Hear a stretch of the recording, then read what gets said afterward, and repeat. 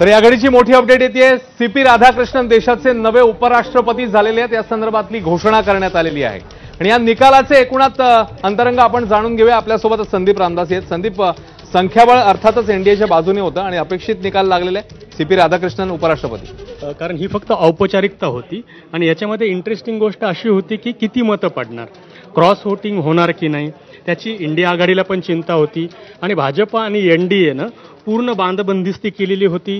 त्यांनी त्यांच्या सगळ्या एनडीए पार्टनर्सची आपण बघितले गेले 2 दिवस दिल्लीमध्ये कशा पद्धतीनं बैठका सुरू होत्या, कशा पद्धतीनं मतदान करायचं त्याच्याबद्दलची रणनीती पण आखण्यात आली होती। महाराष्ट्रातल्या खासदारांना सुद्धा काही महत्त्वाच्या जबाबदारी दिलेले पण आपण पाहिलं होतं। त्यामुळं हे खरं आहे की एनडीएकडे बहुमताचा आकडा होता।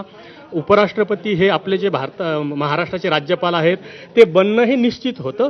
त्याच्यावर आता शिक्कामोर्तब झालं। त्याच्यातले इंटरेस्टिंग ज्या 2-3 आकडेवारी आहे की 752 जर का व्हॅलिड वोट्स असतील तर त्याच्यातले 15 हे अवैध ठरलेले आहेत।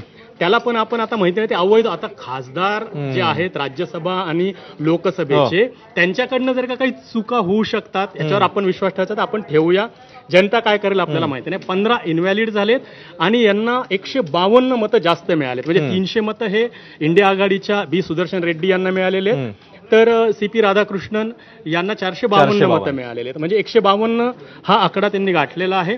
आणि आपण जी गेले आठवडाभर जो आकडा सांगत होतो तो 427, 439, वायएसआर काँग्रेसचे जरी 11 जरी पकडले तरी आपण आपला तो आकडा 439च्या आसपास सर्वच माध्यमं सांगत होते। तर तो पार करून जवळपास 10 ते 15 मतं जास्त त्यांनी घेतलेले आहेत आणि 15 इनव्हॅलिड मतं सुद्धा काहीतरी गौड बंगाल त्यात आहे असं म्हणायला आपल्याला जागा आहे।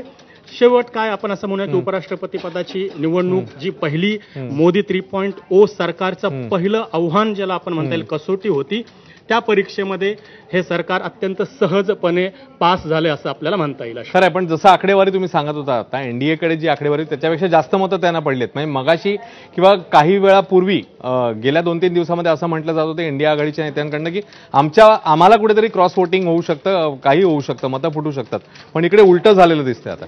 हा, कारण आपण पाहिलं तर काय होतं की आता विरोधी पक्षामध्ये सगळ्यात जास्त महाराष्ट्रापुरत बोलायचं झालं तर महाविकास आघाडीचे नेते बोलतायत।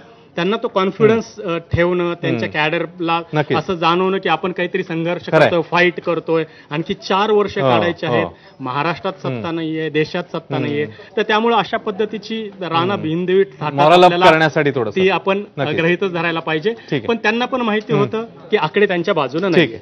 धन्यवाद संदीप या सगळ्या विश्लेषणाबद्दल। तेव्हा आपण उपराष्ट्रपती पदाच्या निवडणूक निकालाचं हे विश्लेषण एक प्रकारे केलं आणि सीपी राधाकृष्णन नवे उपराष्ट्रपती होणार हे आता स्पष्ट झालेलं आहे, त्यांची घोषणा नावाची झालेली आहे।